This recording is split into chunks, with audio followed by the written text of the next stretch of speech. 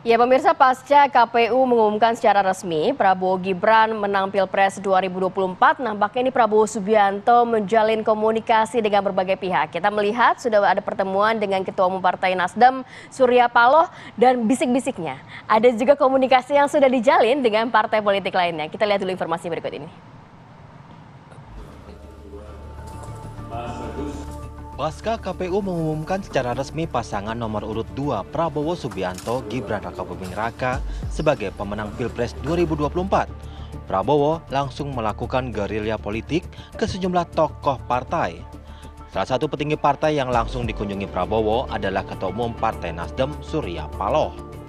Pertemuan yang digelar di Nasdem Tower pada Jumat pekan lalu itu berlangsung hangat dan penuh keakraban. Tak hanya langsung disambut Surya Paloh dan sejumlah petinggi Partai Nasdem, Prabowo juga disambut dengan gelaran karpet merah. Kunjungan Prabowo bertemu Surya Paloh diprediksi dalam rangka merangkul Nasdem untuk bergabung dalam koalisi Indonesia Maju.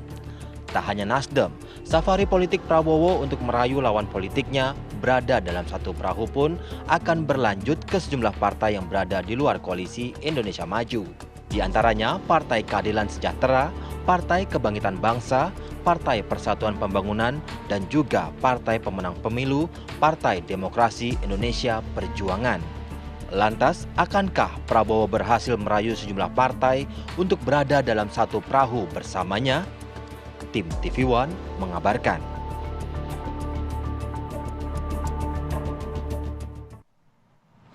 Rayuan koalisi Prabowo, siapa lagi yang merapat nih, Vi?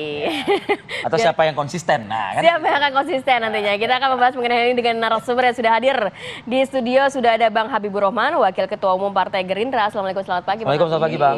Waalaikumsalam, sehat ya, Bang, ya? Selamat pagi. Kemudian juga ada Kang Ujang Komarudin, analis politik. Selamat pagi, Kang Ujang. Selamat pagi, Ujang pagi, Kang. Bang Arif Adil. Kemudian juga ada Mas Muhammad Iqbal, politikus dan juga juru bicara PKS. Assalamualaikum. Selamat pagi, Pak Iqbal. Mas Iqbal. Sehat, Bang?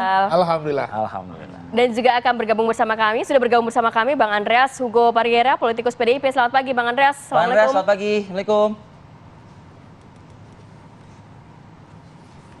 Ya, oke, nampaknya masih coba terus dihubungi untuk bisa bergabung bersama kita. Kita mau ke 01 dari PKS. Sudah ada, kan kemarin Nasdem udah bertemu begitu ya. Sudah ada komunikasi yang dijalin, sudah ada rencana pertemuan kah di bulan suci Ramadan, kan biasa silaturahmi itu. Bocorin aja, Bang Iqbal. Bocorin aja lah, Bang Iqbal. Yang jelas kami saat ini sedang berjuang di MK. Oke. Seluruh kekuatan PKS kami kerahkan untuk membantu tim hukum kita, ada tim saksi nasional, tim hukum bahkan 90% saksi kita lengkap, berkas kita lengkap, dan amanah Majelis Syuro terbaru kita kawal MK sampai selesai dan hak angket kita perjuangkan. Tapi kalau ada ruang untuk komunikasi tidak menampik Ya, juga, warung-warung kopi banyak, pasti sesama politisi ketemu Mas Habib di Paripurna ngobrol-ngobrol. Tapi kan itu kan tidak formal kayak gitu. Ya Yang karena kami formal, tadi, kami secara tidak serius. ingin hak konstitusi kita hilang. Kita ingin selesaikan dulu, ya karena sesungguhnya memang dalam pemilu itu bukan soal menang kalah. Tapi kita inginkan adalah bagaimana keadilan itu juga bisa dirasakan seluruh rakyat Indonesia. Iya, tapi kan upaya untuk apa ya, menciptakan lagi kondisi, artinya begini, kan yang dilihat oleh publik, yang dilihat oleh masyarakat itu adalah kan para elit ini dulu. Iya. Gitu, sebagaimana yang terjadi di Gedung Nasdem tuh, Ya. ya kan? Enak, guyup, seperti itu gitu. PKS tuh ada itikat mengarah ke sana nggak sih? Setiap partai politik itu punya hak lah untuk bertemu siapa. Kita nggak bisa melarang lah teman koalisi kita mau ketemu siapa ya. Walaupun itu belum tentu juga bergabung ya. Oh namanya juga. iya, 50-50 kata Pak. Tapi bagi PKS kami ingin menjaga perasaan para saksi yang sedang berjuang, para lawyer-lawyer kami yang sedang berjuang. Karena pemilu ini belum selesai. Tapi juga tahapan nih, Mas. memikirkan nggak perasaan kader-kader yang sudah 10 tahun ini berpuasa gitu. Itu enaknya PKS. Karena puasa nggak puasa itu kita tetap berjuang aja. Bukan soal jabatan. Bagi kami ini soal idealisme juga. Jadi PKS puasa bukan Ramadan doang, bukan ya? Bukan. Oke, udah. Mungkin ada rekornya juga 15 tahun gitu ya. 15 tahun ya. Nah, oke deh, Bang Habib udah ganggu-ganggu nih Bang Habib nih. Bang Habib, kalau komunikasi dengan PKS atau dengan partai-partai lain seperti PDI Perjuangan, bagaimana tuh Bang? Ya, satu hal komunikasi ya. Kalau komunikasi ini jangankan setelah pemilu ya. Sebelum dan pada saat panas-panasnya pemilu pun komunikasi kami berjalan dengan sangat baik. Komunikasi doang atau Dengan ada semua partai politik Ngopi-ngopi lah. ya. Nah, ngopi-ngopi ya. Termasuk dengan sahabat-sahabat kami PKS. Ya. gitu juga? Kalau ngopi-ngopi tentu, tapi kalau ngopi-ngopi antar negarawan kan tentu ada visinya. Kalau ya kan? ngeliat Bang Jadi, Habib ngopi sama Habib Abu Bakar mah udah biasa, ya kan? terlepas kontestasi yang seru, ya kan ya. Tapi sebenarnya ya kalau merujuk kepada apa yang disampaikan kepada Pak Prabowo, ya udah kita tahulah hatinya merah putih semua gitu, Iya. ya kan. Apa istilahnya satu lawan? Hatinya merah putih semua, gitu Oke. kan ya. Artinya sesama anak bangsa ini ya kontestasi silahkan, nggak ada masalah. Tapi setelah tahapan demi tahapan mulai selesai, ini kan memang belum selesai tuntas, masih ada MK, ya. Tapi secara substansi banyak juga yang menganggap ya sudah selesai rekan-rekan politisi ini, rekan-rekan negarawan ini. Kenapa? Ya karena semua paham lah ya.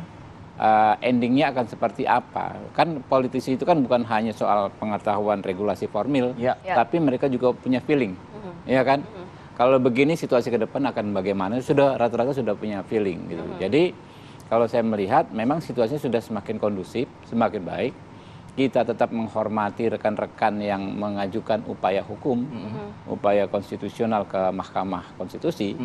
Tapi saya hakul yakin ya setelah MK semua sudah pasti move on. Partai Nasdem nggak nunggu MK, dia udah jalan terus. Kan? Apalagi ya? Apalagi? Sesulit apa sih PKS dan PDI Perjuangan ini gitu? Enggak juga. Enggak sulit juga. Cuma kan kita menghormati rekan-rekan tersebut. Iya. Rekan-rekan punya konstituen juga yang memang harus dijaga. Kalau konstituen itu kan captive marketnya kan beda-beda, ya kan?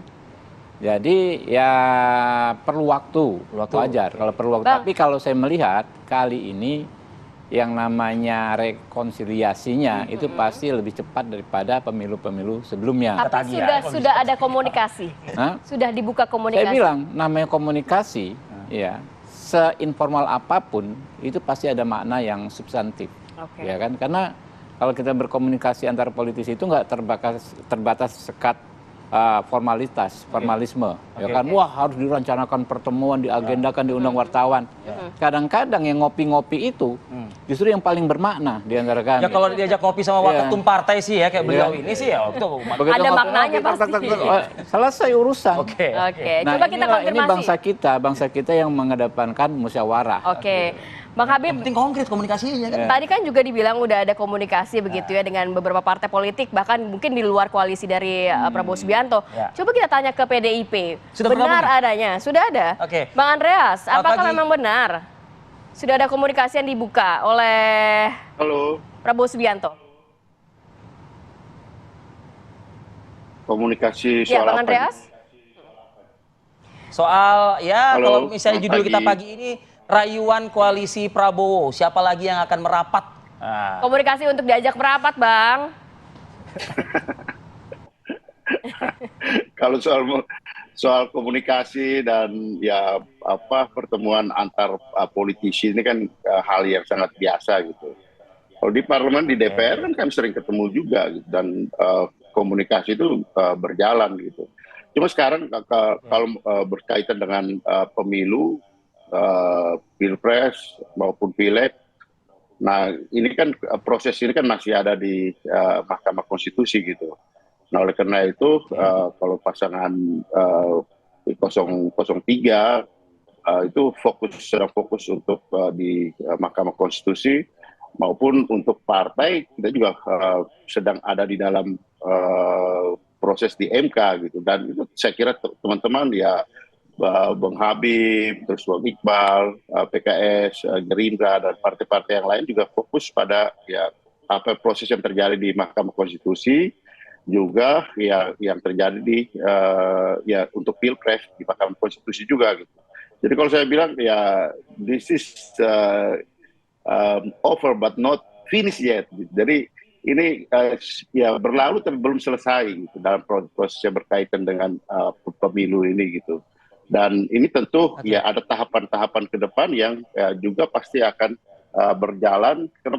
Yang namanya koalisi atau ada di dalam atau di luar pemerintahan itu masih jauh, masih bulan Oktober dan itu masih ada beberapa bulan lagi gitu. 7 bulan lagi gitu, 7 bulan lagi gitu. Dan di dalam perjalanan waktu ke sana ini kan di berbagai dinamika mungkin saja terjadi gitu. Dan saya lihat dalam perkembangan-perkembangannya kan dinamika ini sebegitu cepat sering terjadi dalam perubahan-perubahan yang seringkali lebih cepat dari cara berpikir para teoritisi, termasuk para politisi sendiri gitu. Jadi ya kita lihat nanti, tapi bagaimana kita ya menjaga bahwa proses ini bisa berjalan dengan baik. Oke, Bang. Gitu. Dan semua proses masyarakat Baik, Bang bisa Andreas. tetap ada dalam suasana yang tenang dan bisa menjalankan semua aktivitas dengan baik. Oke, kalau gitu secepat apa juga kah mungkin pernyataan dari akademisi ya Universitas Al Azhar ada Kang Ujang Komarudin. Usai jeda para berikut kita akan lanjutkan diskusi. Tetaplah bersama kami.